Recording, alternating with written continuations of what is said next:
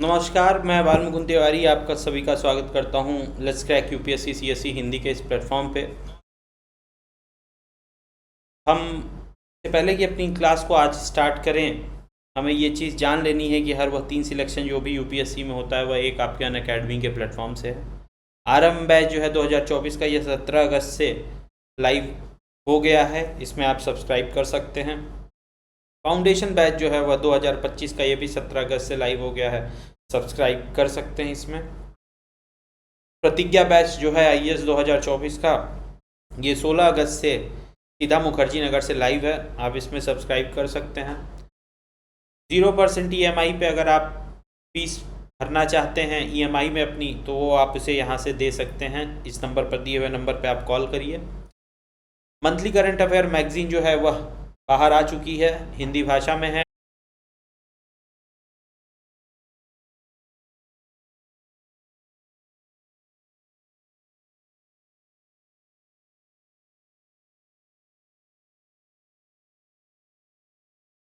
तो पर्यावरण और प्राकृतिक संसाधन, ये हमारा आज का टॉपिक रहेगा, जिसमें कि हम लोग जो हमारा पर्यावरण है और जो भी हमारे प्राकृतिक संसाधन हैं, नेचुरल रिसोर्सेज हैं, हम लोग उनके बारे में जानकारी लेंगे कि वैश्विक स्तर पे क्या क्या बातें चल रही हैं पर्यावरण और प्राकृतिक संसाधनों को लेकर के। ठीक है, तो इससे पहले कि हम लोग बात को आगे बढ़ाएं, थोड़ा सा चीज़ें जो हमें जान लेनी है, जो फैक्ट के रूप में हमें ध्यान में रखना है, वह यह है कि दुनिया भर में कृषि योग्य भूमि जो है, अब उसमें कोई भी बढ़ोतरी हमें नहीं देखने को मिल रही है। ठीक है, कृषि योग्य भूमि जो है मतलब ऐसी भूमि जिसके ऊपर खेती की जा सके, इस प्रकार की जो भूमि में है उसमें हमें किसी भी प्रकार की बढ़ोतरी देखने को नहीं मिल रही है, जबकि मौजूदा उपजाऊ जमीन के एक बड़े हिस्से की उर्वरता कम हो रही है। तो पहला हम क्या देख रहे हैं कि कृषि योग्य भूमि में बढ़ोतरी नहीं हो रही है।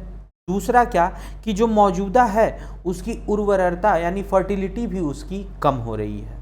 ठीक, चारागाहों के चारे खत्म होने को हैं और मत्स्य भंडार घट रहा है। साथ ही साथ जानवरों के लिए जो चरवाहे होते हैं उनके लिए जो ग्रास लैंड्स हैं यानी चारागाह, वे भी खत्म हो रहे हैं। साथ ही साथ मत्स्य भंडार यानी कि फिशरीज वगैरह भी हमें कम होते हुए दिख रही हैं। ठीक, जलाशयों की जलराशि बड़ी तेजी से कम हो रही है और उसमें प्रदूषण भी हमें बढ़ता हुआ देखने को मिल रहा है। ठीक, इन सारी चीज़ों से जो इफ़ेक्ट आ रहा है, जो इसके वजह से जो कंडीशंस बन रही हैं, उसका मेन जो एक फैक्टर आ रहा है सामने, वह ये कि खाद्य उत्पादन में भी हमें भारी मात्रा में कमी देखने को मिल। ठीक, तो वाजिब सी बात है कि जब कृषि की ज़मीन कम होगी, उर्वरता ज़मीन की कम होगी, चरवाहों के लिए चारागाहों की कमी होगी, मत्स्य भंडार घटेगा, तो निश्चित रूप से ये हमारा खाद्य उत्पादन है, हमारा फूड प्रोडक्शन है, उसको ये कहीं ना कहीं इफेक्ट करेंगे। ठीक है, दूसरा मेजर पॉइंट हमें क्या देखने को मिल रहा है आजकल कि संयुक्त राष्ट्र संघ की मानव विकास रिपोर्ट 2016 के अनुसार विकासशील देशों में 66.3 करोड़ जनता को स्वच्छ जल उपलब्ध नहीं हो रहा है। माने डेवलपिंग कंट्रीज में लगभग 66 करोड़ की जनता को क्या नहीं मिल रहा है, पीने का साफ पानी नहीं मिल रहा है। और 2 अरब 40 करोड़ आबादी साफ सफाई की सुविधा से वंचित है। जिसकी वजह से हमें, चूंकि साफ सफाई हमें देखने को नहीं मिल रही है, या बहुत बड़ी पॉपुलेशन जो है वह सैनिटेशन से वंचित है, इसकी वजह से हमें जो मेजर एक चीज़ देखने को मिल रहा है क्या कि लगभग 30 लाख से ज़्यादा बच्चे हर साल मौत का शिकार हो रहे हैं। तो हमने पहला क्या देखा कि खाद्य उत्पादन में कमी आ रही है। ठीक, दूसरा हमने देखा कि हर साल बच्चे मौत का शिकार हो रहे हैं। तीसरा प्राकृतिक वन जलवायु को संतुलित रखने में मदद करते हैं। इनसे जल चक्र भी संतुलित बना रहता है और इन्हीं वनों में धरती की जैव विविधता का भंडार भरा रहता है। लेकिन ऐसे वनों की कटाई हो रही है और लोगों को विस्थापन होना पड़ रहा है, जिसकी वजह से जैव विविधता की जो हानि है, यानी बायोडाइवर्सिटी लॉस जो हो रहा है, इसका कारण है उन पर्यावासों का विध्वंस जो जैव प्रजातियों के मामले में समृद्ध है। ठीक है, तो इसका रीजन क्या है कि पर्यावासों का विध्वंस, ठीक, जैव प्रजातियों के मामले में जो समृद्ध है। नेक्स्ट पॉइंट, धरती के ऊपरी वायुमंडल में ओजोन गैस की मात्रा लगातार कम हो रही है। इसे ओजोन परत में छेद होना भी कहते हैं। इस पारिस्थितिकी तंत्र और मनुष्य के स्वास्थ्य पर एक बड़ा खतरा मंडरा रहा है। ठीक है, चौथी पॉइंट, इस स्वास्थ्य पर खतरा मंडरा। पांचवी बात मैं आप लोगों को बताना चाहूंगा कि पूरे विश्व में समुद्र तटीय क्षेत्रों का प्रदूषण भी बढ़ रहा है। यद्यपि समुद्र का मध्यवर्ती भाग अब भी अपेक्षाकृत स्वच्छ है, लेकिन इसका तटवर्तीय जल जमीनी क्रियाकलापों से प्रदूषित हो रहा है। पूरी दुनिया में समुद्रीय तटीय इलाकों में मनुष्यों का सघन बसाहट जारी है और इस प्रवृत्ति पर अंकुश न लगा तो समुद्री पर्यावरण की गुणवत्ता में भारी गिरावट आएगी। ठीक है, तो आप ये देखिए कि हमारे अर्थ के तीन सबसे मेजर कंपोनेंट हैं, तीन मेजर कंपोनेंट। एक है आपका लैंड, जमीन, ठीक है। दूसरा है आपका एयर, यानी कि वातावरण, या कहिए एटमॉस्फेयर। और तीसरा है आपका क्या, वाटर। तो लिथोस्फेयर, लैंड को लिथोस्फेयर कहते हैं, वाटर को हाइड्रोस्फेयर कहते हैं।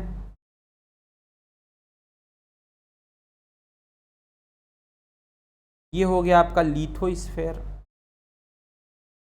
और वायुमंडल में आपके एटमॉस्फेयर, आपको पता है। इन पांचों पॉइंट में हमने क्या देखा कि जमीन उर्वरक कम हो रही है, यानी कि लैंड भी डिस्टर्ब हो रही है। समुद्री पर्यावरण की गुणवत्ता में भारी गिरावट आ रही है, यानी वाटर भी। साथ ही साथ क्या हमें देखने को मिल रहा है, ओजोन परत में छेद होना, यानी कि हमारे एटमॉस्फेयर में भी। तो मतलब सारे तरफ से हमको क्या देखने को मिल रहा है, केवल और केवल, जिसे कहते हैं ना कि विनाश की जो संकेत होते हैं, तीनों क्षेत्रों में, चाहे वह जमीन हो, चाहे वह हवा हो, चाहे वह पानी हो, तीनों जगहों पे हमें क्या देखने को मिल रहा है कि किसी ना किसी तरीके से हानि पहुंच रही है इन तीनों क्षेत्रों में। ठीक,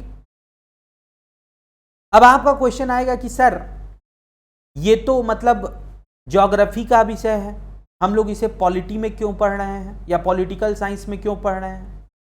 तो इसका रीजन बेटा ये है कि हम देखते हैं कि इन जितने भी मुद्दे मैंने आपके सामने रखे, ये पांचों मुद्दे, 2, 3, 4 और ये 5, ये पांचों मुद्दे जो हैं बेटा, इसके लिए हम देख रहे हैं क्या कि विश्व की जितनी भी सरकारें हैं, जितने भी देश हैं, वहां की जो भी गवर्नमेंट है, वह इन सबको कंट्रोल करने के लिए, लैंड, एयर और वाटर तीनों में जो जो दिक्कतें हैं, इनको कंट्रोल करने के लिए एक साथ आकर के बात कर रही हैं। क्योंकि सबको पता है कि ये जो दिक्कत है या ये जो प्रॉब्लम हम फेस करने वाले हैं, यह किसी एक सरकार से या किसी एक देश के जिम्मेदारी उठाने से पूरा नहीं हो पाएगा। इसके लिए विश्व के सारे देशों को एक साथ आना पड़ेगा, सारी सरकारों को एक साथ आना पड़ेगा, और इसीलिए ये वर्ल्ड पॉलिटिक्स यानी कि जिसे हम कहेंगे वैश्विक राजनीति का हिस्सा बन गया। इसीलिए ये मसला जो है आप देख रहे होंगे क्या कि ये वैश्विक राजनीति का जो है हमें हिस्सा बनते हुए देखने को मिल रहा है। ठीक है, अब देखते हैं आगे। तो देखो, अगर हम बात करें पहला पॉइंट कि जो awareness for environment because of economic growth, इसकी बात होने लगी कि अगर आप इकोनॉमिक ग्रोथ कर रहे हैं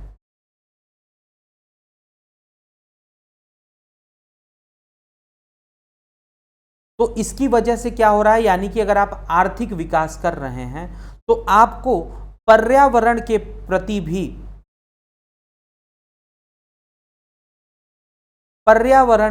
भी क्या होना पड़ेगा, सजग होना पड़ेगा, अवेयर होना पड़ेगा। ठीक, यानी आर्थिक विकास के लिए आपको क्या करना पड़ेगा, आपको पर्यावरण के प्रति भी सजग रहना पड़ेगा। और यह सजगता हमें सर्वप्रथम 1960 में 1960 में शुरुआत होते हुए इस सजगता की दिखती है। इस अवेयरनेस की स्टार्टिंग हमें 1960 से देखने को मिलती है, जब द क्लब ऑफ रोम नामक एक संस्था, द क्लब ऑफ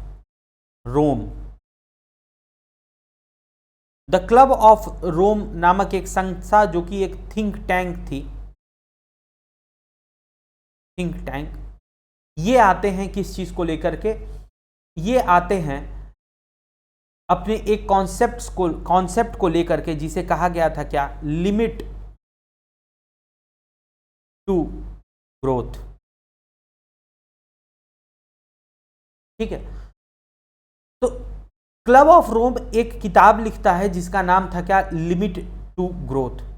और इस किताब में ये बताते हैं कि किस प्रकार से जो धरती का संसाधन है, जितने भी धरती के संसाधन हैं उन पे दिन प्रतिदिन किस प्रकार से गिरावट आती जा रही है और किस प्रकार से जनसंख्या में वृद्धि हो रही है। तो ये कहते हैं कि देखिए भाई, ऐसा है, अपनी जो ये किताब निकाली क्लब ऑफ रोम ने, इसमें ये जो किताब थी उसका नाम था लिमिट टू ग्रोथ। इसमें ये जनता का ध्यान इस तरफ खींचना चाहते हैं या विश्व का ध्यान इस तरफ खींचना चाहते हैं कि किस प्रकार एक तरफ तो विश्व की जनसंख्या में लगातार वृद्धि हो रही है, दूसरी तरफ हम क्या देख रहे हैं कि किस प्रकार से क्या कहते हैं कि धरती के संसाधनों में हमें घटोतरी या कहिए गिरावट देखने को मिल रही है। इसी के बाद से हम दूसरा क्या देखते हैं कि united nation environment programme UNEP जो है वह क्या करता है, वह अंतर्राष्ट्रीय सम्मेलन शुरू करता है।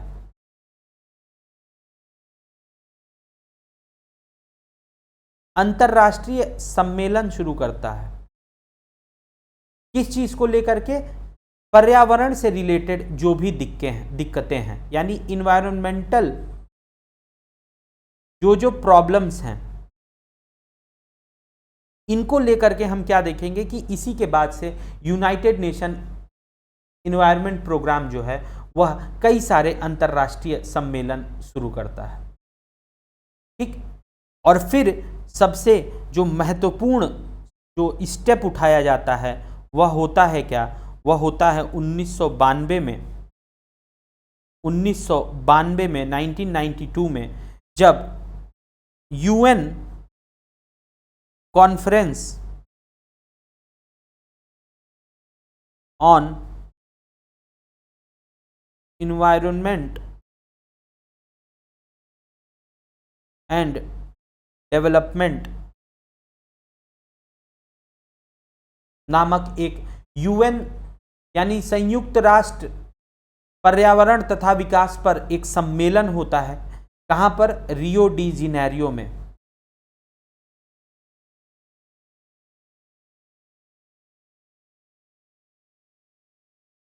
या आप सीधे इसे रियो मान सकते हैं। तो रियो डी जेनेरियो में क्या होता है, ये ब्राजील में ये एक सम्मेलन होता है यूएन के द्वारा, जिसे कि हम लोग आम भाषा में अर्थ समिट भी कहते हैं।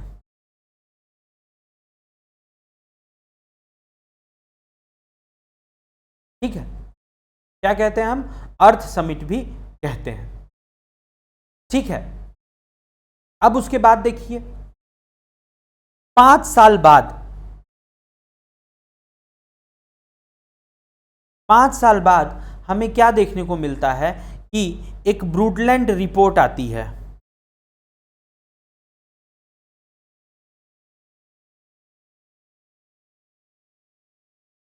जिसका कि शीर्षक था आवर कॉमन फ्यूचर। इसने क्या किया, इसने वार्निंग दी।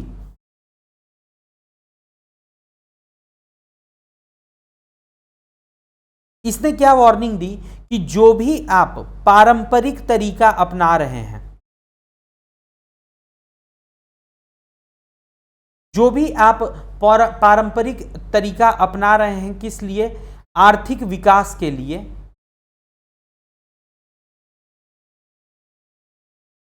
ये ज्यादा दिन तक टिकाऊ नहीं है। Means the whatever traditional patterns you are adopting for economic development are not sustainable। ठीक, इसलिए हमें विकास इस हिसाब से करना है कि क्या हो, एक टिकाऊ रहे वह विकास, आने वाली जनरेशन को नजर में रखते हुए वह विकास किया जाए, और साथ ही साथ ये भी रखा जाए कि पर्यावरण को उस विकास से कोई दिक्कत ना हो। यहीं से डिबेट शुरू होती है रियो में, जहां पर जो ग्लोबल नॉर्थ है, ग्लोबल नॉर्थ हम लोग कहते हैं डेवलप्ड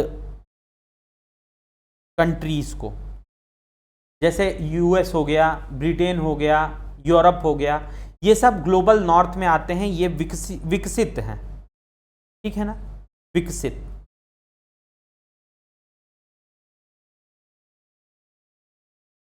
और दूसरा जो तबका बनता है वह होता है क्या, ग्लोबल साउथ का,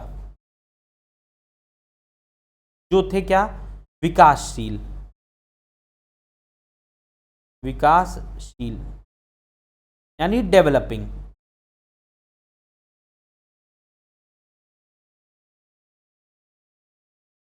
होता है ये बेटा कि कुछ समय में ये समझ में आ जाता है लोगों को कि चूंकि जो हमने विकास करने के लिए पर्यावरण को ताक पे रखा, उसकी वजह से ओजोन लेयर में क्या हो रहा है, छेद आ रहा है, छिद्र हो गया है।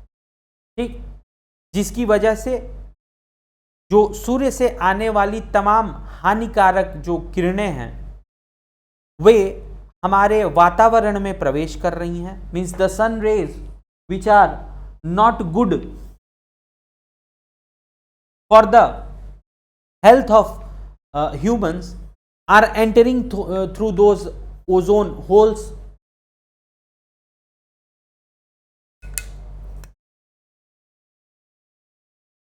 तो हमें ग्लोबल नॉर्थ वाले कहने लगते हैं क्या, कि हमें इस प्रकार की व्यवस्था बनानी चाहिए जिससे ये जो ओजोन में छिद्र हो रहा है, ओजोन में ये छेद कम हो या इसको रोका जा सके। ठीक है, तो ये लोग क्या कह रहे थे, चूंकि इन लोगों को तो डेवलपमेंट चाहिए नहीं थी क्योंकि ये ऑलरेडी डेवलप्ड थे, इनको आर्थिक ऐसा विकास की कोई विशेष जरूरत तो थी नहीं, क्योंकि इन लोगों ने तो जब इंडस्ट्रियलाइजेशन हुआ था उसी समय इन्होंने पूरा डेवलपमेंट जो भी करनी थी उसके बाद से इन्होंने काफी समय में कर लिया। तो अब ये बात कर रहे थे किसकी, ओजोन की, कि ओजोन में जो छिद्र हुआ है इसको बंद करना है या कम करना है, इस हिसाब के हमें कदम उठाने हैं। लेकिन जो डेवलपिंग कंट्रीज थी, जैसे भारत हुआ, चाइना हुआ, ये लोग कहे कि हमें अभी डेवलपमेंट तो चाहिए, क्योंकि हम अभी विकसित तो हुए नहीं हैं। तो इसलिए हम इकोनॉमिक डेवलपमेंट यानी आर्थिक विकास तो करेंगे ही, साथ ही साथ हम पर्यावरण को भी यानी इन्वायरमेंट को भी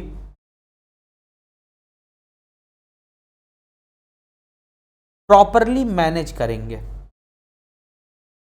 ठीक है, तो हम आर्थिक विकास तो करेंगे ही, लेकिन पर्यावरण के मद्देनजर। ठीक है, यही रियो में क्या होता है, इसी रियो में, रियो समिट जो हुई थी, रियो सम्मेलन जो हुआ था, यहां पर कुछ कन्वेंशन बनाए गए। कन्वेंशन मतलब होता है नियमाचार। नियमाचार। अब उन कन्वेंशन में क्या बात की गई कि हम जो जैव विविधता है, बायोडाइवर्सिटी है, जंगल हैं, फॉरेस्ट हैं, इन सभी को, या क्लाइमेट चेंज है, इन सभी चीजों को मद्देनजर रखते हुए हम क्या करेंगे, हम कुछ ऐसा एक संकल्प ले रहे हैं जिसके तहत हम कुछ एक ऐसे नियम बनाएंगे जिनके तहत कि इन सारी चीजों का अच्छे से देखभाल हो सके, इनका अच्छे से कंजर्व कर सकें, इन सब सारी चीजों को हम बचा के रख सकें, प्रिजर्व कर सकें। ठीक है, यानी विकास इस प्रकार का हो कि फॉरेस्ट लॉस ना हो, जंगलों का नुकसान ना हो। ठीक है, जितने भी प्राकृतिक संसाधन हैं उनको क्षति ना पहुंचे। साथ ही साथ हम क्लाइमेट चेंज यानी पर्यावरण में जो परिवर्तन हो रहा है उसको भी मद्देनजर रखें। ठीक, और यहां पर जो बात की गई, वहां पर फिर बात की गई, जिस नियमाचार की बात की गई वह थी क्या, एजेंडा 21। और ये जो एजेंडा 21 को अपनाने का जो तरीका था, जो अप्रोच था, जिसके तहत हम इस एजेंडा 21 को फॉलो करेंगे, उसे कहते थे एजेंडा ऑफ सस्टेनेबल डेवलपमेंट, यानी सतत विकास का जो तरीका होगा वह रियो के इस कॉन्फ्रेंस में, इस समिट में हमने अपनाया। ठीक है, तो एक बार फिर से आप लोगों को मैं थोड़ा रिवाइज करा दे रहा हूं चीजों को समझना। शुरुआती दौर पे दबा करके जो था वह पर्यावरण का नाश करने की कोशिश की गई, बिना पर्यावरण को नजर में रखे हुए। लेकिन कुछ समय बाद हम ये देखते हैं कि पर्यावरण के प्रति जो देश थे उनकी जागरूकता बढ़ती है। कब से, जब 1960 में द क्लब ऑफ रोम, एक थिंक टैंक जो था, वह अपनी एक किताब निकालता है जिसका नाम था limit to growth. Limit to growth में क्लब ऑफ रोम ये बताता है कि जो धरती के संसाधन हैं वह दिन प्रतिदिन घट रहे हैं और जनसंख्या जो है वह दिन प्रतिदिन क्या हो रही है, बढ़ रही है।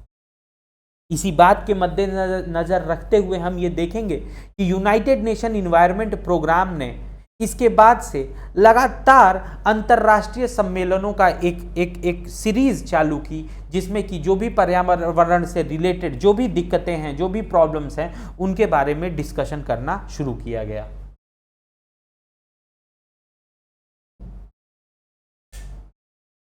ठीक है, फिर 1992 में क्या होता है कि UN conference on environment and development, जिसे कि अर्थ समिट कहते हैं, ये रियो डी जेनेरियो ब्राजील में होता है। इसी दौरान 5 साल बाद हम क्या देखते हैं कि ब्रूडलैंड की रिपोर्ट आती है जिसका नाम था आवर कॉमन फ्यूचर। उसमें यह कहा जा रहा है कि आप जिस तरीके से आर्थिक विकास कर रहे हैं यह ज्यादा दिन तक टिकाऊ नहीं है। और यहीं से डिबेट शुरू होती है रियो में, जहां पर कि ग्लोबल नॉर्थ यानी कि जो विकसित डेवलप्ड कंट्रीज थी वे बात शुरू करते हैं कि हम अब ऐसे तरीकों को अपनाएं जिससे कि जो ओजोन में होल हुआ है वह कम हो जाए। और जो ग्लोबल साउथ वाले देश थे यानी डेवलपिंग जो कंट्रीज थी, जो विकासशील देश थे, वे बात करते हैं कि हम इकोनॉमिक डेवलपमेंट तो करेंगे लेकिन साथ ही साथ इन्वायरमेंट को भी, पर्यावरण को भी नजर में रखेंगे। और यहीं पे रियो समिट में, रियो के उस सम्मेलन में एक नियमाचार, एक कन्वेंशन बनाया जाता है जिसे कि एजेंडा 21 कहा गया। एजेंडा 21 के तहत ये बात कही गई कि हम डेवलपमेंट जो है वह इस हिसाब से करेंगे कि क्लाइमेट चेंज ना हो, ठीक है, फॉरेस्ट बने रहें, बायोडाइवर्सिटी बनी रहे, सब कुछ सबको साथ में लेकर के हम विकास करेंगे। और ये जो एजेंडा हुआ इसको कहा गया था सतत विकास का एजेंडा, ठीक है। तो ये चीजें थी इकोनॉमिक ग्रोथ और पर्यावरण से लेकर के सजगता कैसे कैसे शुरू होती है, हमने ये जाना। आगे बढ़ते हैं। अब देखिए, विश्व की साझी संपदा की सुरक्षा, ठीक है ना। तो साझी संपदा उन संसाधनों को कहते हैं, मतलब ग्लोबल कॉमन। ग्लोबल कॉमन क्या होता है? तो ग्लोबल कॉमन वो संपदा होती है जिस पर किसी एक देश का नहीं बल्कि पूरे समुदाय का अधिकार हो। तो साझी संपदा क्या होती है? कि साझी संपदा उन संसाधनों को कहते हैं जिन पर किसी एक का नहीं बल्कि पूरे समुदाय का अधिकार होता है, उसे हम क्या कहते हैं? साझी संपदा। जैसे आप कभी गांव में जाइए तो आप देखेंगे कि वहां पर एक कुआं होता है, कोई वेल, कोई नदी होगी, रिवर, ठीक है, चारागाह होंगे, ग्रासलैंड,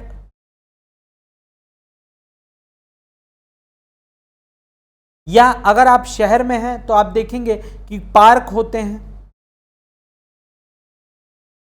जहां पर रोज शाम को आपको अंकल आंटी लोग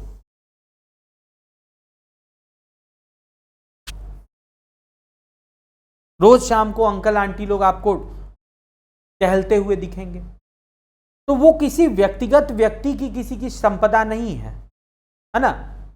वो जो रिसोर्स है that is not for single person, that is for the community, वो सबके लिए है। तो इसे कहते हैं क्या? साझी संपदा, जिस पर किसी एक व्यक्ति का हक ना हो। उसी प्रकार विश्व की भी साझी संपदा है। ऐसे क्षेत्र जहां पर कि किसी एक देश का ही केवल हक ना हो, सबका हक हो। जैसे कि हम बात करेंगे अंटार्कटिका पर। अंटार्कटिका पर किसी का भी एक लौता हक नहीं है, या आउटर स्पेस, अंतरिक्ष।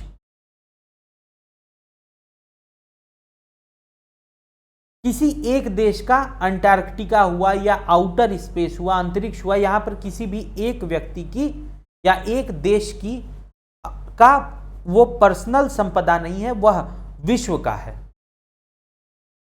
पूरे विश्व में जितने भी देश हैं सबका उस पर वही हक है जो कि किसी एक का है। और ऐसी संपदा जिस पर कि विश्व का पूरा सारे के सारे समूचे विश्व का जिस पर हक हो, उसे हम लोग कहते हैं वैश्विक कॉमन, या उसे कहेंगे हम क्या? World common. वर्ल्ड कॉमन जिसे हम कह सकते हैं वैश्विक संपदा। तो वैश्विक कॉमन या वैश्विक संपदा पर सहयोग जो है बेटा वो आसान नहीं है। क्यों? क्योंकि मान लो जैसे कि जरूरी नहीं है कि वैश्विक संपदा को बचाने के लिए सारे देश एक साथ में चले आए। अब अगर अंटार्कटिका में कोई दिक्कत होगी तो ये जरूरी नहीं है कि अंटार्कटिका में कोई दिक्कत है तो सारे देश एक साथ आ जाएं। कई कहेंगे कि हमारा क्या लेना देना उससे, तो इंटरेस्ट नहीं है। और इसी कारण क्या होगा कि कोई नहीं आगे आएगा बढ़कर के उनको प्रोटेक्ट करने के लिए। तो हम क्या देखेंगे कि वैश्विक कॉमन पर सहयोग आसान नहीं है। कई बार ऐसी कोशिशें की गई, जैसे 1959 की अंटार्कटिक संधि, जिसके तहत यह कोशिश किया गया कि विश्व के जितने भी देश हैं सबको एक पटल पर लाया जाए, एक प्लेटफॉर्म पर लाया जाए। और अंटार्कटिका में हो रहे वायु जो पर्यावरण में जो वहां के बदलाव आ रहा है उसके ऊपर कुछ ना कुछ कार्य किया जाए साथ में मिलकर के। 1987 में हम देखेंगे क्या मॉन्ट्रियल प्रोटोकॉल की बात की गई। ठीक, 1991 में हमने क्या देखा कि अंटार्कटिक पर्यावरण प्रोटोकॉल जैसे कई पथ प्रदर्शक समझौते हुए। ये क्यों किए गए? क्यों? ताकि जो वैश्विक जो आपके धरोहर हैं या जो वैश्विक संपदा है उसके ऊपर सबको एकजुट किया जा सके। क्यों? क्योंकि 1980 में यह देखा जाता है कि अंटार्कटिक के ऊपर ओजोन छिद्र की खोज होती है जिससे कि वैश्विक पर्यावरण समस्याओं से निपटने के अवसरों के साथ साथ खतरों का भी पता चला। तो 1980 में हम क्या देखते हैं कि अंटार्कटिक के ऊपर ओजोन लेयर में छेद हो गया, और जब छेद हो गया तो सबको समझ में आ गया कि भाई अब तो ये विश्व की संपदा है, विश्व की धरोहर है, इसको बचाना है। और तब हम देखते हैं क्या कि कई सारी संधियां जो थी वह क्या की जाती हैं, पथ प्रदर्शक समझौते जो थे वह किए जाते हैं। ठीक, वहीं से बात आती है साझी परंतु अलग अलग जिम्मेदारियां। तो हमने अभी तक देखा कि पर्यावरण को लेकर के उत्तरी और दक्षिणी जो गोलार्ध हैं उन दोनों के जो रवैया है पर्यावरण को लेकर के उसमें कितना अंतर है। उत्तर के विकसित देश पर्यावरण के मसले पर उसी रूप से चर्चा करना चाहते हैं जिस दशा में पर्यावरण आज मौजूद है, लेकिन जो दक्षिणी गोलार्ध वाले हैं वह कहते हैं कि आपने तो अपने समय में इंडस्ट्रियलाइजेशन करके और आपने पूरे पर्यावरण का तो ऐसी की तैसी कर दी, और अब आप आज वाले मसले पे समझौता करना चाह रहे हो। समझौता पहले से करो ना, शुरू से। तो तुमने अपने हिस्से भर का तो काम कर लिया, और आज तुम चाह रहे हो कि हम आकर के और आज जो कंडीशन है उसके ऊपर हम समझौता करें या चर्चा करें। तो दक्षिण देश वाले इस बात से दिक्कत में हैं। तो जो उत्तर के विकसित देश हैं वह पर्यावरण के मसले पर उसी रूप में चर्चा करना चाहते हैं जिस दशा में पर्यावरण आज मौजूद है। ये देश चाहते हैं कि पर्यावरण के संरक्षण में हर देश की जिम्मेदारी बराबर हो। अरे भाई क्यों बराबर हो? 1990 में तुम लोगों को यह पता चला कि हाँ भाई ओजोन में छेद हो गया है, तो अब तुम सबको बुला रहे हो, ठीक है।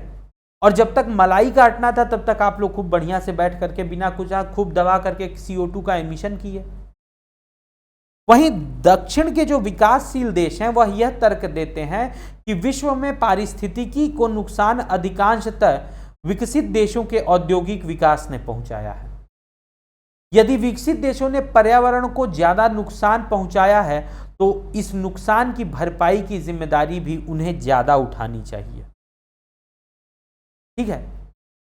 इसके अलावा विकासशील देश अभी भी औद्योगिकीकरण की प्रक्रिया से गुजर रहे हैं और जरूरी है कि उन पर वे प्रतिबंध न लगें जो विकसित देशों पर लगाए जाने हैं। यानी कि जो विकासशील देश हैं वे ये चाहते थे कि हमें अभी थोड़ा मौका दीजिए, आप लोग तो डेवलप्ड हो गए हैं, तो जो भी अपने ऊपर जो भी आपको रोक लगानी है वो लोग आप अपने ऊपर लगाइए, जो भी प्रतिबंध लगाने हैं हमें अभी कुछ दिन के लिए क्या करिए, छोड़ दीजिए।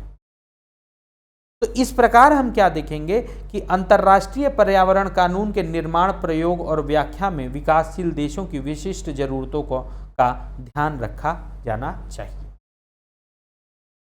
सन 1992 में हुए पृथ्वी सम्मेलन यानी अर्थ समिट में इस तर्क को मान लिया गया और इससे साझी परंतु अलग अलग जिम्मेदारियां का सिद्धांत कहा गया। तो हमने जो यहां पर देखा, यहां पर ये जो सम्मेलन हुआ अर्थ समिट, जिसे कि हम लोग पृथ्वी सम्मेलन कहते हैं, इसमें इस बात को मान लिया गया और इसको कहा गया क्या, साझी परंतु अलग अलग जिम्मेदारियां, ठीक है। इस संदर्भ में रियो घोषणा पत्र का कहना है कि धरती के पारिस्थितिकी तंत्र की अखंडता और गुणवत्ता की बहाली, सुरक्षा तथा संरक्षण के लिए विभिन्न देश विश्व बंधुत्व की भावना से आपस में सहयोग करेंगे। पर्यावरण से के किसी विश्वव्यापी अपक्षय में भिन्न राज्यों का योगदान अलग अलग है। इसे देखते हुए विभिन्न राज्यों की साझी परंतु अलग अलग जिम्मेदारियां होंगी। विकसित देशों के समाजों का वैश्विक पर्यावरण पर दबाव ज़्यादा है। ठीक है, इन देशों के पास विपुल प्रौद्योगिक एवं वित्तीय संसाधन है। इसे देखते हुए टिकाऊ विकास के अंतर्राष्ट्रीय प्रयास में विकसित देश अपनी खास जिम्मेदारी स्वीकार करते हैं। तो यहाँ से ये मान लिया गया अर्थ समिट से कि जो विकसित देश हैं इनकी कुछ खास जिम्मेदारियां होंगी। ठीक,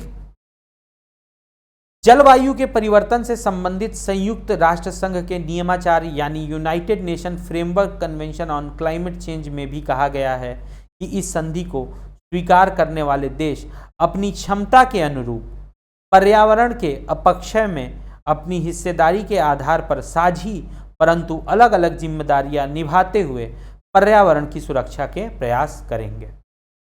इस नियमाचार को स्वीकार करने वाले देश इस बात पर सहमत थे कि ऐतिहासिक रूप से भी और मौजूदा समय में भी ग्रीन हाउस गैसों के उत्सर्जन में सबसे ज़्यादा हिस्सा विकसित देशों का है। तो इन्होंने कमोवेश ये बात मान ली कि जो ग्रीन हाउस गैस का उत्सर्जन हो रहा है उसमें विकसित देशों का हाथ ज़्यादा है। यह बात भी मानी गई कि विकासशील देशों का प्रति व्यक्ति उत्सर्जन अपेक्षाकृत कम है। तो ये भी बात मानी गई कि जो डेवलपिंग कंट्रीज हैं इनका प्रति व्यक्ति उत्सर्जन जो है यह डेवलप्ड कंट्रीज से बहुत कम है। ठीक है, इस कारण अब इसकी वजह से क्या होता है, तो इस कारण चीन और भारत अन्य विकासशील देशों को क्योटो प्रोटोकॉल मतलब किस लिए था कि ग्रीन हाउस गैसेस के एमिशन पर रोक लगाने के लिए, तो क्योटो प्रोटोकॉल की बाध्यताओं से अलग रखा गया है।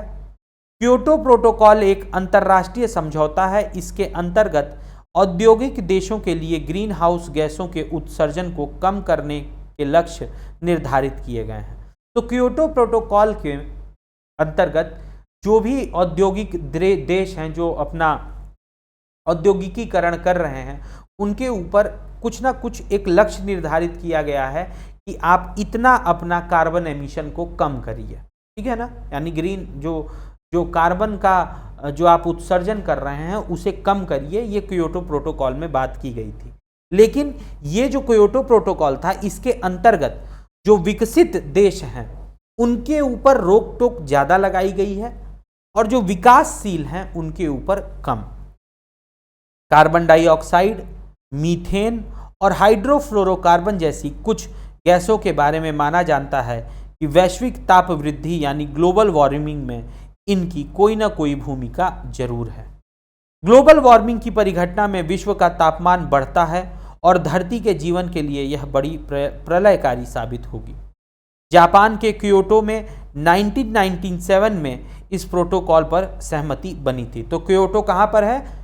क्योटो जो है वह आपका जापान में है और यह जो प्रोटोकॉल साइन हुआ था क्योटो प्रोटोकॉल, यह 1997 में इस पर क्या हुई थी, सहमति अग्रीमेंट जो हुआ था वह 1997 में हमें देखने को मिलता है।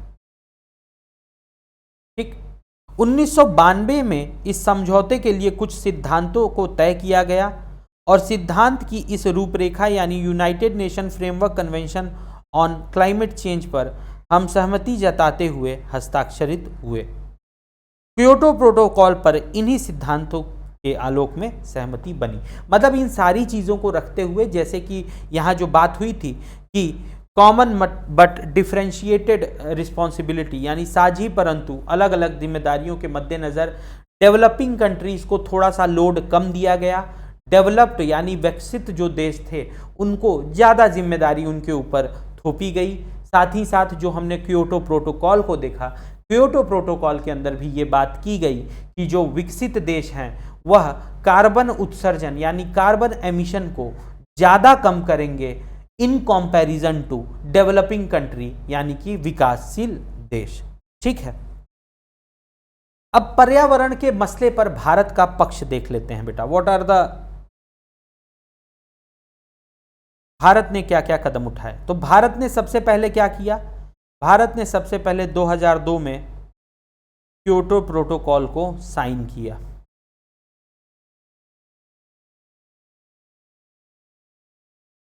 ठीक है, हम साइन कर ले रहे हैं लेकिन जिम्मेदारी हमारी कम होगी। ठीक है, इंडिया, चाइना तथा अदर डेवलपिंग कंट्रीज यानी अन्य विकासशील देश, अदर डेवलपिंग कंट्रीज को क्या किया गया? एग्जेम्प्ट किया गया, यानी कि इनको क्या की गई? इनको छूट दी गई, छूट दी गई फ्रॉम क्योटो प्रोटोकॉल। ठीक है, क्योंकि ये माना गया कि जो औद्योगिकीकरण का समय था यानी कि जो इंडस्ट्रियलाइजेशन का समय था, यानी औद्योगिकीकरण का जो समय था, औद्योगिकीकरण का, इस समय में ये जो देश थे इंडिया, चाइना, ये देश जो थे इनका कार्बन एमिशन यानी कार्बन उत्सर्जन बहुत कम था।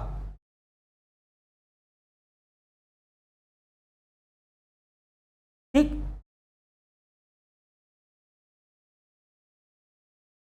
फिर उसके बाद दूसरी क्या बात की गई कि UNFCCC यानी कि united nation framework convention on climate change, ठीक, राष्ट्र संघ के नियमाचार यानी United nation framework convention on climate change, UNFCCC में भी ये बताया गया कि मतलब UNFCCC के अनुसार डेवलपिंग कंट्रीज जो हैं,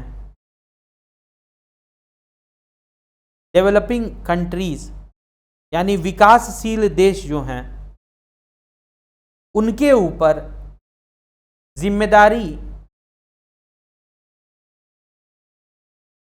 कम है और जो डेवलप्ड हैं यानी विकसित हैं उनके ऊपर जिम्मेदारियां जो हैं वह हमें क्या, वह हमें ज़्यादा देखने को मिलती हैं। ठीक है, साथ ही साथ ये भी बात हुई UNFCCC में कि जो भी डेवलपिंग कंट्रीज हैं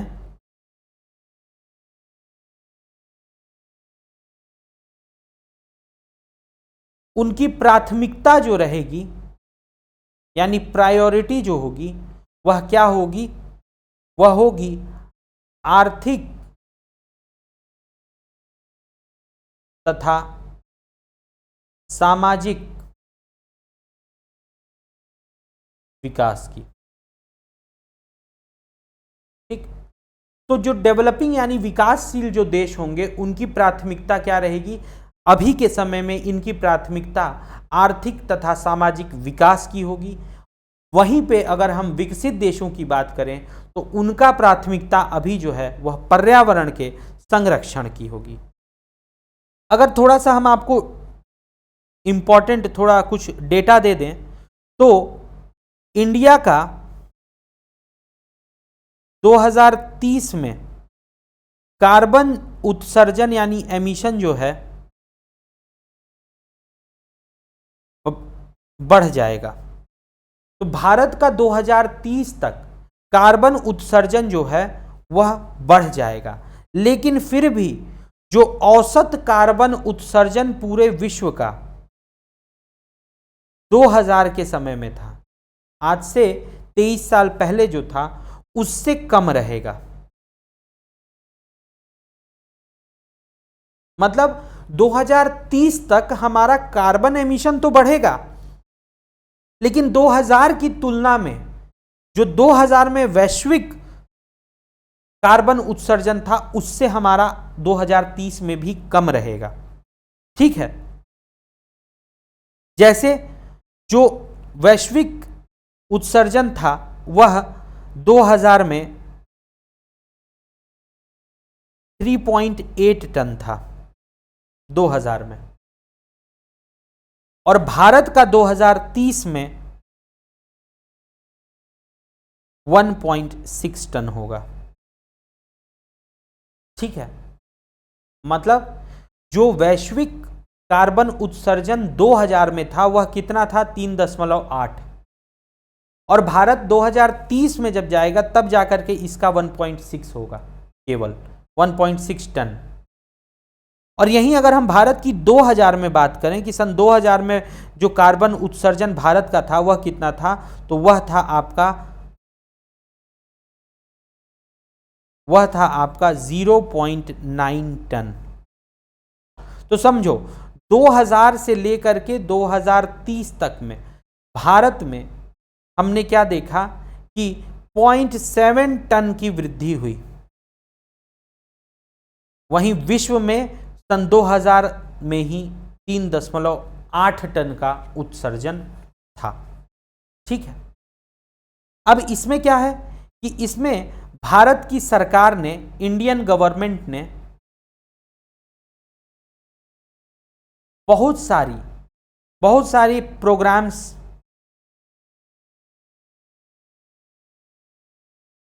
स्कीम्स लेकर के आई। जैसे 2003 में हमने देखा,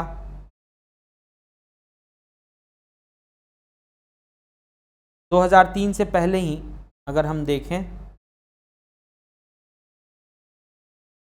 तो भारत शुरुआत में ही लेकर के आ गया था क्या, शुरुआत में ही Bharat national auto fuel policy,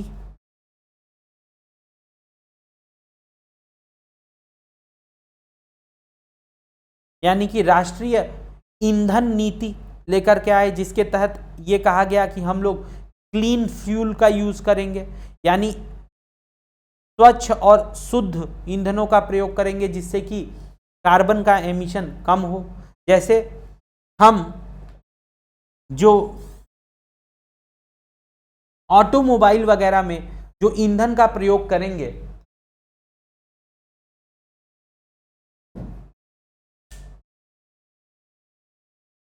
वह अच्छे ग्रेड का यूज करेंगे ताकि जो धुआं निकल रहा है उसके अंदर कार्बन की मात्रा कम हो। फिर हम 2003 से हमने रिन्यूएबल एनर्जी की बात की,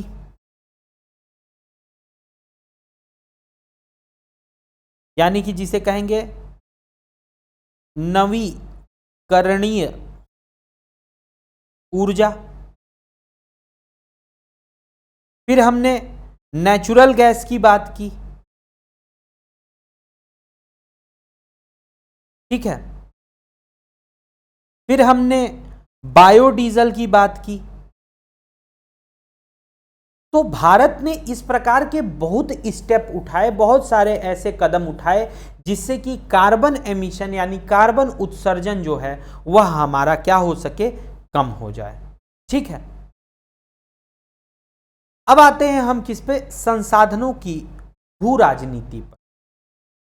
ठीक है, यानी रिसोर्स जियोपॉलिटिक।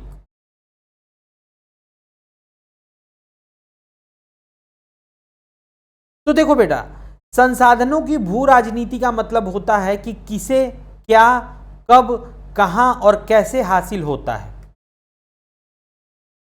संसाधनों की भू राजनीति इन्हीं सवालों से जूझती है।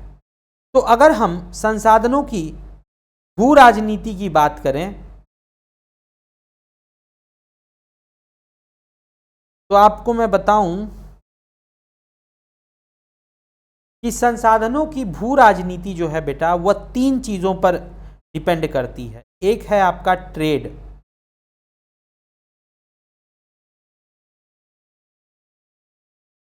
पहला क्या है आपका? ट्रेड यानी व्यापार। दूसरा है आपका युद्ध यानी कि वॉर।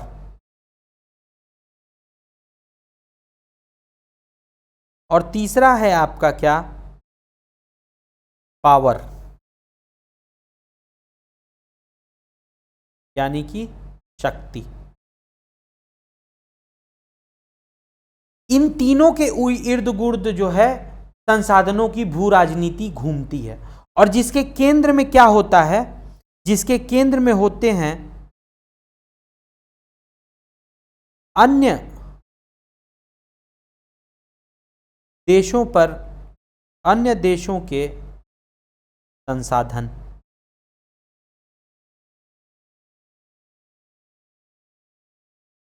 तो ये जो हमने देखा कि जिस प्रकार से हम बात करेंगे यूरोपीय शक्तियों की, तो उन्होंने क्या किया? व्यापार। उन्हें पता था कि हमें भारत जैसे देश पर वहां जाना है, वहां से उनके जो संसाधन है उनको उनका शोषण करना है। तो उससे क्या होगा? व्यापार। उस व्यापार को करने के लिए हो सकता है कि हमें क्या चाहिए? हमें युद्ध भी लड़ना पड़ जाए। और युद्ध अगर हमको लड़ना है तो हमें क्या चाहिए? पावर चाहिए, शक्ति चाहिए। और इस समय में हमें पता था कि यूरोपीय आगमन था वह किस रास्ते हुआ था? वह जल के माध्यम से हुआ था, यानी ओशन से, समुद्र के रास्ते आए थे। तो अगर जल के रास्ते आपको आना है और व्यापार करना है तो आपको क्या होना पड़ेगा? जल के रूट से, यानी कि अगर समुद्र के रास्ते आपको व्यापार करना है तो आपको तीन चीजों की जरूरत है। एक तो आप व्यापार अच्छी जगह से कर रहे हो, दूसरा चीज कि व्यापार में हो सकता है कि आपको युद्ध भी करना पड़ जाए, और उस युद्ध में आपको क्या होना है? पावरफुल भी होना है। तो इसलिए जल में आपको अगर आपको सी पावर यानी समुद्रीय शक्ति बनना है तो आपको किस चीज की जरूरत पड़ेगी? पानी के जहाजों की, बड़ी बड़ी जहाजें। और पानी की जहाज कहां से बनेगी? तो उसके लिए हमें जरूरत पड़ेगी किस चीज की? लकड़ियों की। या फिर व्यापार को अगर बढ़ाना है तो हमें माल एक जगह से दूसरे जगह तक कच्चे माल को लेकर के जाना होगा, और उसके लिए क्या चाहिए? रेलवे चाहिए। रेलवे के लिए क्या चाहिए? पटरियां चाहिए, और पटरियों को बिछाने के लिए बीच में क्या चाहिए? स्लीपर, जो कि किसके होते थे? पहले लकड़ियों के होते थे। इसीलिए हमने देखा क्या कि जब अंग्रेज हमारे भारत पे शासन कर रहे थे तो इन्होंने बड़ी ही तकनीकी तरीके से, साइंटिफिक तरीके से हिमाचल वगैरह जैसे जो हमारे प्रदेश हैं वहाँ के जो कॉमन जंगल थे उनको काट करके और वहाँ पर प्लांटेशन शुरू किया, जहाँ पर कि हम देखते हैं कि एक लकीर में पेड़ हमें आज भी लगे हुए दिखते हैं। और इन्हीं पेड़ों को काट करके और इंग्लैंड ले जाया जाता था और उनसे जहाज़ें बनाई जाती थीं, और या फिर रेलवे लाइन के लिए लकड़ियों का जो प्रयोग होता था वो। तो ये लोग क्या कर रहे थे? ये लोग अपने व्यापार के लिए, अपनी शक्ति को बढ़ाने के लिए, अपने युद्धों को लड़ने के लिए ये जिनके संसाधनों का प्रयोग करते थे वह क्या होता था? अन्य देशों के संसाधन हुआ करते थे। ठीक, उसी प्रकार हम क्या देखेंगे? उसी प्रकार हम देखेंगे कि जो एक महत्वपूर्ण जो रिसोर्स है, संसाधन है, जो कि आज के समय में हम जानते हैं क्या है? ऑयल यानी कि तेल। ठीक, तेल के लिए भी अब आप देखो, जैसे वर्ल्ड वॉर लड़ना था,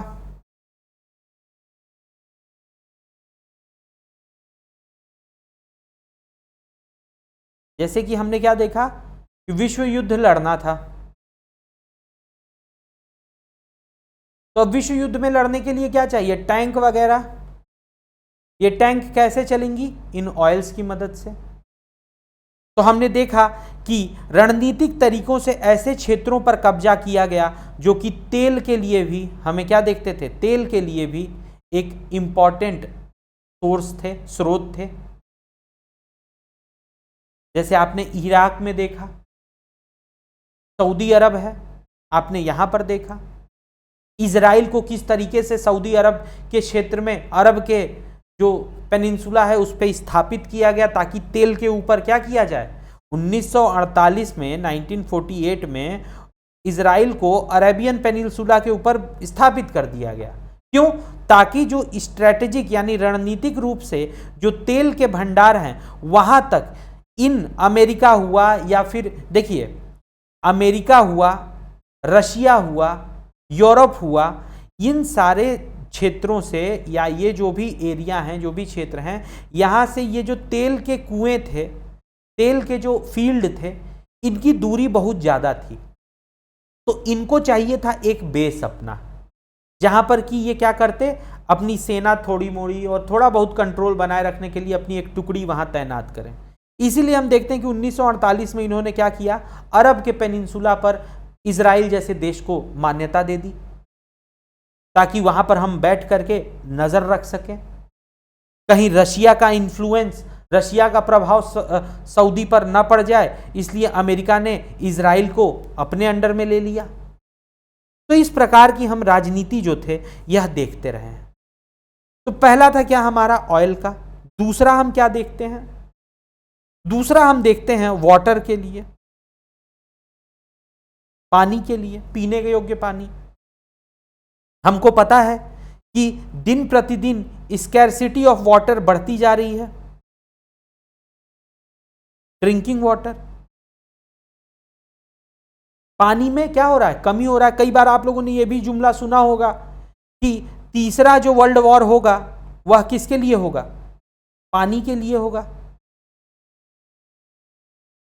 कई बार हमें यह देखने को मिलता है कि पानी को लेकर के दो देश आपस में लड़ते हैं या दो राज्य आपस में, जैसे कि हम देखते हैं क्या कि पंजाब अन्य प्रदेशों को क्या करता है, पानी देने से थोड़ा सा उनको नहीं ठीक लगता है कि हमें अपना पूरा करने दो पहले। भाई पंजाब क्या है, पंजाब एक कृषि राज्य है और वहां पर उनको पानी भारी मात्रा में चाहिए खेती के लिए, तो इसलिए वह अपनी नदियों के पानी को शेयर करने से मना करते हैं अन्य देशों के साथ। दूसरा, अगर हम इंटर कंट्री देखें, बिटवीन द कंट्रीज देखें, तो हम देखते हैं कि बांग्लादेश और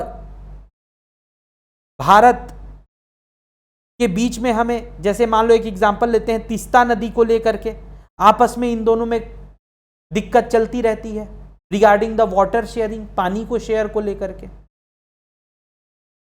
अगर विदेशी जमीन पर बात करें तो इजराइल, सीरिया, जॉर्डन,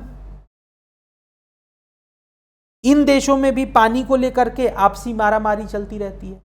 तो यानी कि दूसरा एक महत्वपूर्ण जो संसाधन है वह पानी, उसकी भी कमी हमें देखने को मिल रही है और इसलिए इस पर भी हमें क्या देखने को मिलता है, संसाधनों के लिए भू राजनीति देखने को मिलती है।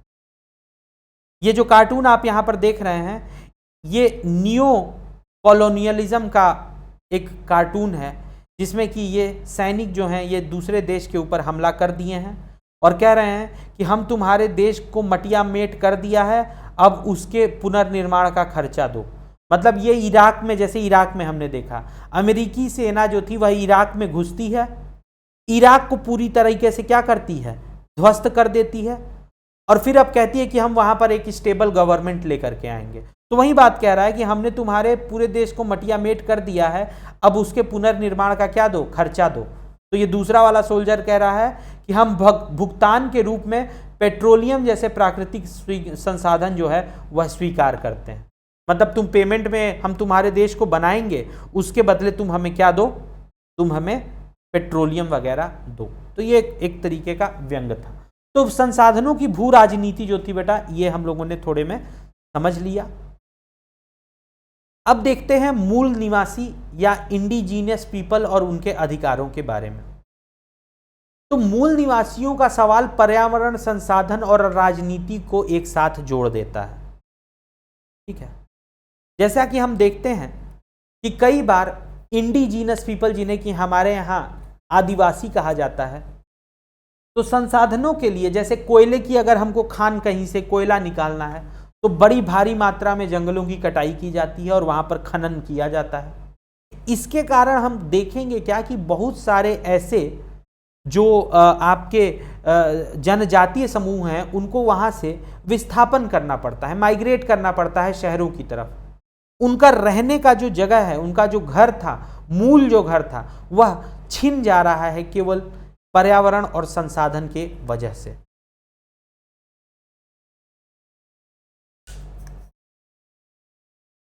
तो यहां हम क्या देखेंगे कि मूलवासियों का सवाल जो है वह पर्यावरण, संसाधन और राजनीति को एक साथ जोड़ देता है।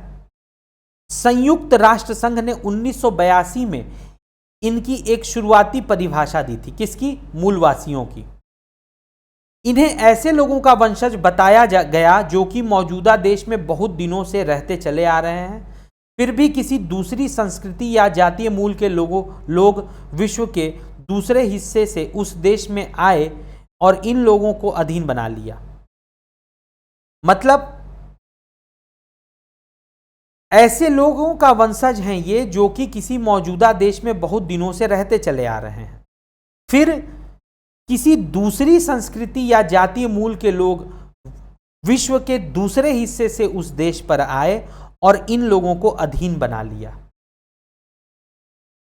किसी देश के मूलवासी आज भी उस देश की संस्थाओं के अनुरूप आचरण करने से ज्यादा अपनी परंपरा, सांस्कृतिक रिवाज तथा अपने खास सामाजिक आर्थिक ढर्रे पर अपना जीवन जीना पसंद करते हैं। जैसे कि आज भी आप देखेंगे कि जो जनजातीय लोग हैं उन लोगों को आपके मर्सिडीज, BMW से कोई मतलब नहीं है, आप क्या कर रहे हैं क्या नहीं कर रहे हैं उससे कोई मतलब नहीं है। वे अपने जो परंपरा है, जो उनकी संस्कृति है, जो उनके रिवाज हैं, उसके हिसाब से वे आज भी अपने जीवन को जीते हैं। ठीक है। विश्व राजनीति में मूलवासियों की आवाज विश्व बिरादरी में बराबरी का दर्जा पाने के लिए उठी है। इसकी मांग है कि इन्हें मूलवासी कौम के रूप में अपनी स्वतंत्रता या स्वतंत्र पहचान रखने वाला समुदाय माना जाए। अपने मूल वास स्थान यानी कि जहां वे रहते थे पर हक की दावेदारी में विश्व भर के मूल निवासी यह जुमला इस्तेमाल करते हैं कि यहां हम अनंत काल से रहते चले आ रहे हैं। ठीक है। भारत में मूलवासी के लिए अनुसूचित जनजाति या आदिवासी शब्द का प्रयोग किया जाता है। ये कुल जनसंख्या का 8% है। अपवाद स्वरूप कुछेक घुमंतू जनजातियों को छोड़ दें तो भारत की अधिकांश आदिवासी जनता जो है वह अपने जीवन यापन के लिए खेती पर निर्भर है। तो कुछ को अगर हम छोड़ दें जो कि घुमंतू चरवाहे हैं, तो ज्यादातर जो आदिवासी हैं वह आज भी किस पे हैं? खेती पर अपना निर्भर है। सदियों से ये लोग बेधड़क जितनी बन पड़े उतनी जमीन पर खेती करते आ रहे थे, लेकिन ब्रितानी औपनिवेशक शासन कायम होने के बाद जनजातीय समुदायों का सम्मान बाहरी लोगों से हुआ। हालांकि राजनीतिक प्रतिनिधित्व के लिहाज से संवैधानिक सुरक्षा हासिल है इन्हें, मतलब हमारे यहाँ राजनीतिक प्रतिनिधित्व के लिहाज से इनको क्या है? संवैधानिक सुरक्षा तो हासिल है, लेकिन देश के विकास का इन्हें ज्यादा लाभ नहीं मिल सका है। आजादी के बाद से विकास की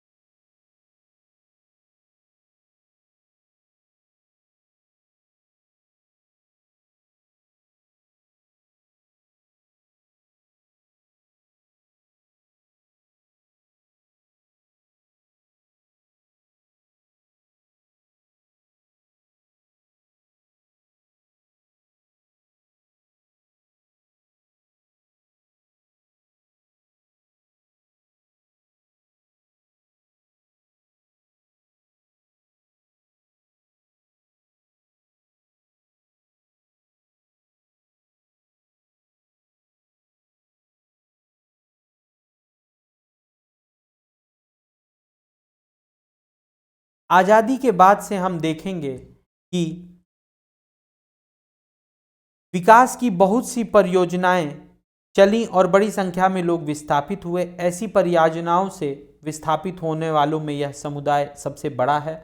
दरअसल इन लोगों ने विकास की बहुत बड़ी कीमत चुकाई है। World council of indigenous people का गठन हुआ 1975 में। संयुक्त राष्ट्र संघ में सबसे पहले इस परिषद को परमादर्शदायी परिषद का दर्जा दिया गया। इसके अतिरिक्त आदिवासियों के सरोकार से संबंध 10 से अन्य स्वयंसेवी संगठनों को भी यह दर्जा दिया गया है।